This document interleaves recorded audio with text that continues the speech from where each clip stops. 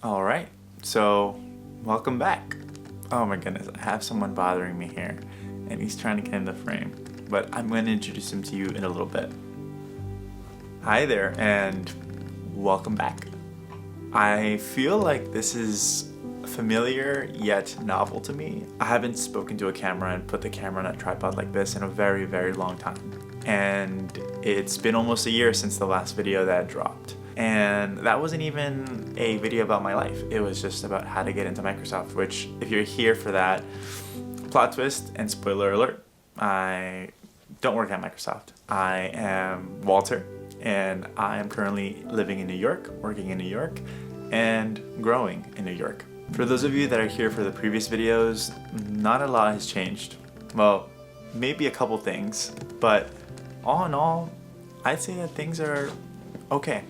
Let's do some quick catch up and let's get into the topic of today's video, which I want to talk about to kick things off yet again with this YouTube channel. So since the last video on this channel that got uploaded around October of 2023, I unfortunately and sadly lost my aunt due to cancer. That was a big shock to me and a big eye-opener as to what life meant. But it really shook me and had me reevaluate the things that I wanted to do. Since that period of time back in 2023, all of the winter of 2023 and early, year of 2024, I spent most of my time job hunting. Like many of you that don't have a job out of college, I know what that feels like, and it is so stressful. Throughout that summer, I spent a lot of my time trying to hack together a design portfolio, and if you're new on this channel, then a quick little recap. I actually transitioned from software engineering into product design, and my whole journey starting from the end of my junior year internship into the senior year and beyond has been me gaining and trying to get my first job in product design at a tech company. And it proved to be much harder than what I thought it would be. Not only was the market terrible back in 2023, getting a job as a junior designer is pretty challenging. I applied to so many jobs, and with the portfolio and visual design skills that I had at the time, it was close to impossible to land interviews at companies and even at startups. I remember after my aunt passing, I was so desperate for money and so frustrated with the lack of success that I had at the time that I actually considered going and working at my local Chipotle a couple blocks away from my house. And of course, there's nothing wrong with working at Chipotle or a fast service restaurant, but for me, it felt like I was not giving my all and trying to connect and find some place, some company, some project that would allow me to use the skills that I was trying to work on, in this case product design skills, visual design skills, UI, UX design skills, on top of the fact that my aunt's passing really hit home for me and made me realize that life is short. My aunt was only 50 something years old and she was very young, very active, and surprisingly in a month she passed away, and it made me question a lot about what it is I wanted to do with my life and if the course that I was heading on was the right one. I will say from that moment, I decided to look into Chipotle, and I actually interviewed at Chipotle, and they had told me that I would be starting at minimum wage in New York, which is around $17 at the current time back in 2023.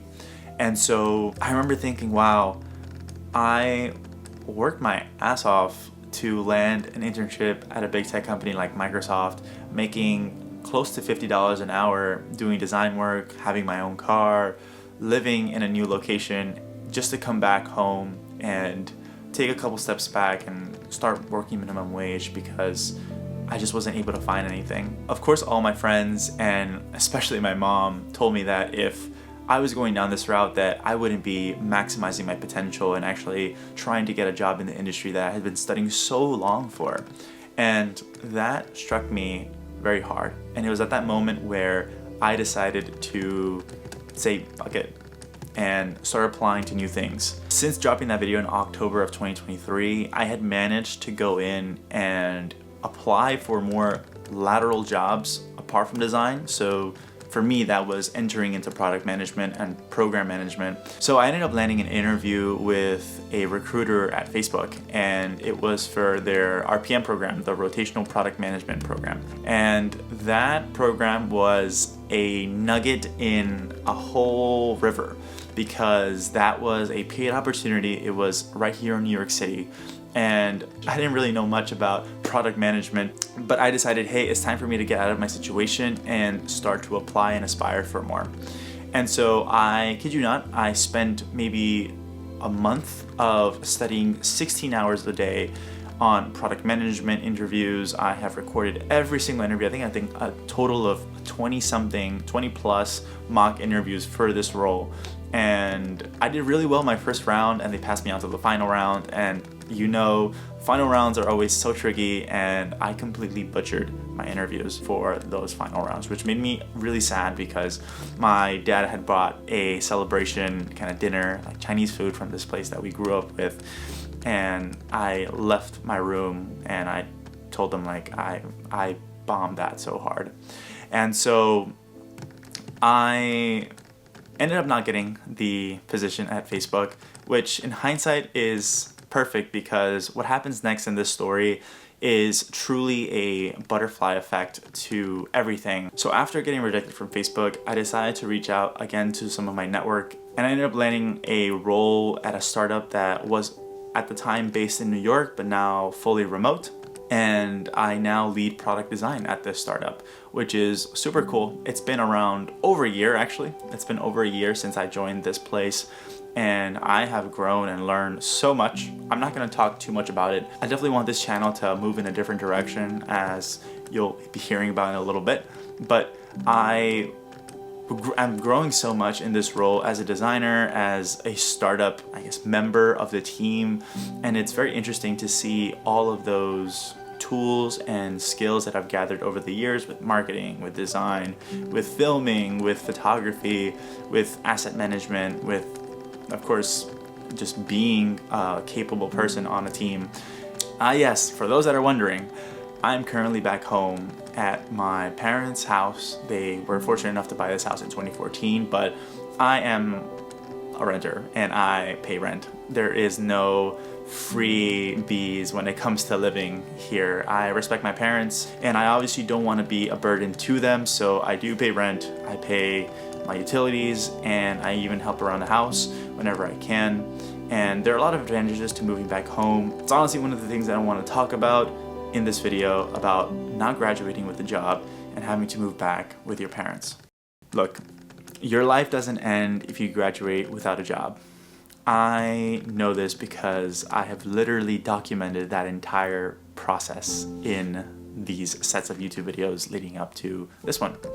And I remember thinking that I would graduate and the whole blueprint was to get a job in tech, move out to Seattle or Bellevue, work that tech job, make lots of money, and live a life that so many people idolize in the tech space, or that I idolized when I was finding out about tech.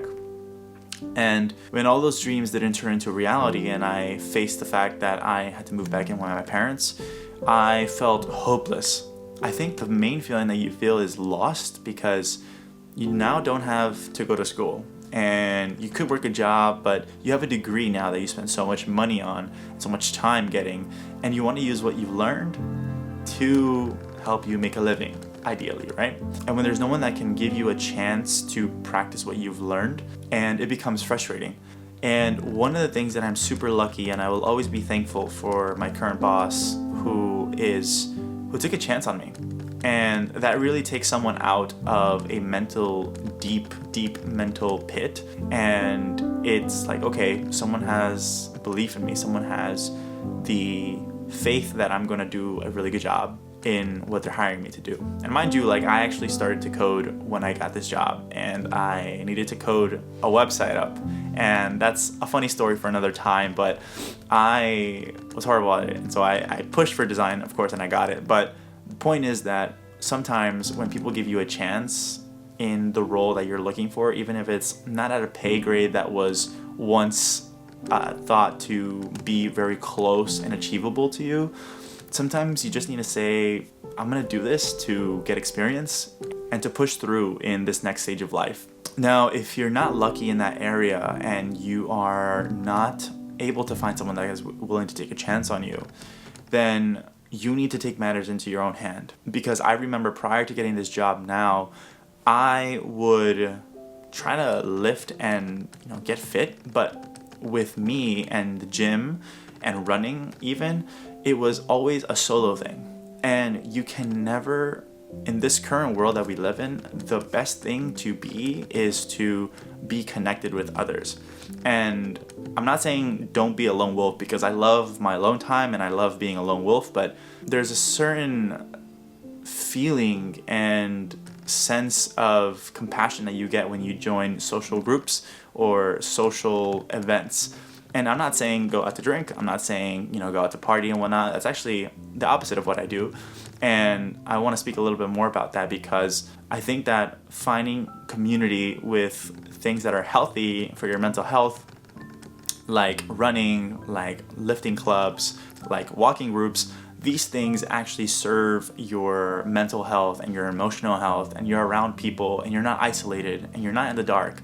And there are people that develop some sense of care for you. And that is something that even in college, I felt like I didn't have, but now with the clubs that I'm in, I absolutely feel blessed and loved and cared for. And when you're down bad, so to say, and don't have a job, these groups are oftentimes free. And all it takes is showing up for yourself.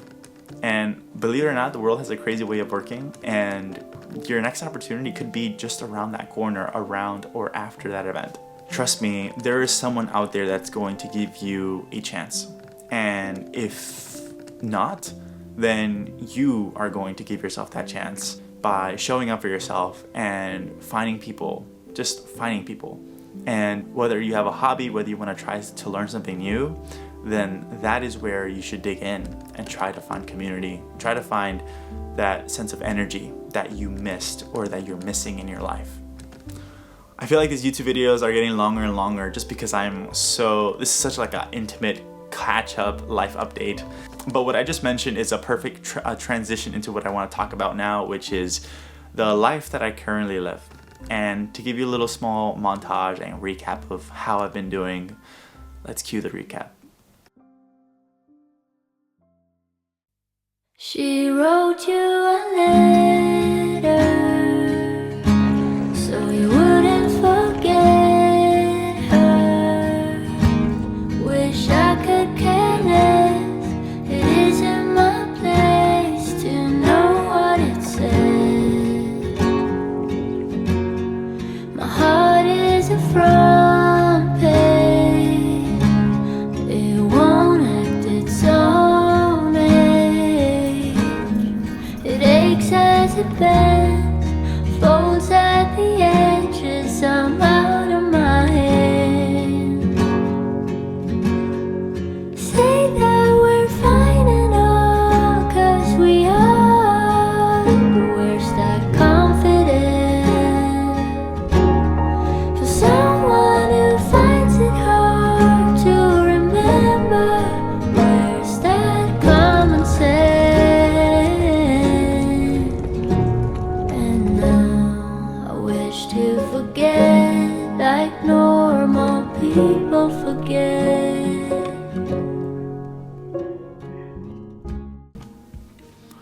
So, just like I mentioned before, I started running and trying it out with a friend of mine, and we went to a couple run clubs here in New York City, and they were fun. If you guys didn't know, I used to run in college on Saturdays in the morning to prove my mental toughness and get in Goggins mode, but I started to like running for what it was and for the social aspect, but I really couldn't find a community that I could connect with. As you all know, the running scene blew up in 2024, and that's exactly when I started to run and started to attend clubs. But the more I attended these clubs, the more I realized that there was more of a social aspect to it, a little bit too much of a social aspect, if you will, and not enough training. And I really like to train, to sweat, and personally I enjoy forming a sense of teamwork, what have you. And that is when I decided to ask my beautiful friend and co-founder now of my run club, Paula, to start this run club called GOATS. And if you are connecting the dots right now, you're absolutely right. This is the group that I had started way back in 2018 for photography and modeling, and I repurposed the name into something that meant striving to be the best version of yourself and having the simple desire to strive to be the best version of yourself. For me, that moment in creating that club was everything. I am so glad we took the risk and we started when we did. It was a little late to the running scene, but we weren't concerned about gaining popularity or followers.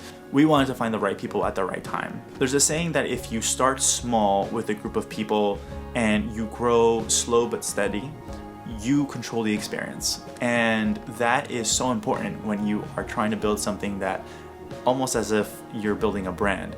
And for me, as a designer, experience is everything. I love talking to everyone and being able to see who showed up, getting to know them, and having a good run with them at the end of the day.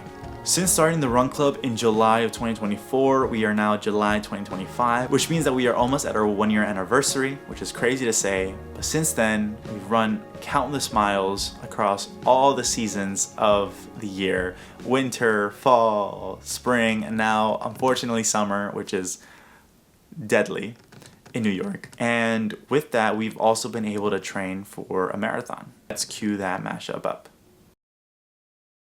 When we wake, hear the birds and see the sun. Side by side our fears are done.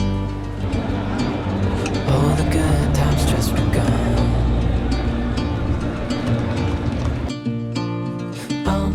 We know what we have, let's hold on tight. Found what we're looking for in life. Call us crazy, but things are finally right. With you and I, the future is bright.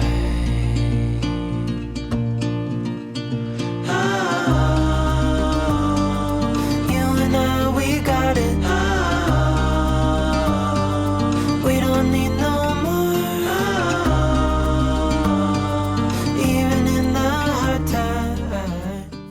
Yes, I ran the 2025 Paris Marathon. It was an insane experience. Of course, it was almost a rite of passage as a runner to run a full marathon and to be lucky. I did come across a lot of setbacks in my training, but I was super excited and super pumped to have done this. I had my girlfriend by my side, I had my friends, and I was very fortunate enough to finish and cross that finish line at the goal that I had in mind, which was a sub 3 hour 45 minute marathon, which I managed to hit in 3 hours and 43 or 44 minutes. Cutting it close, I know, but we are training for something a lot bigger this November, and I am so excited to hop back on the training block and get started running again. With that being said, I'm excited to say that I'm running the TCS New York City Marathon this fall, November 2025, and I'm running in honor of my aunt, which is the first person that I spoke about in this video. And the reason why I'm honoring my aunt is that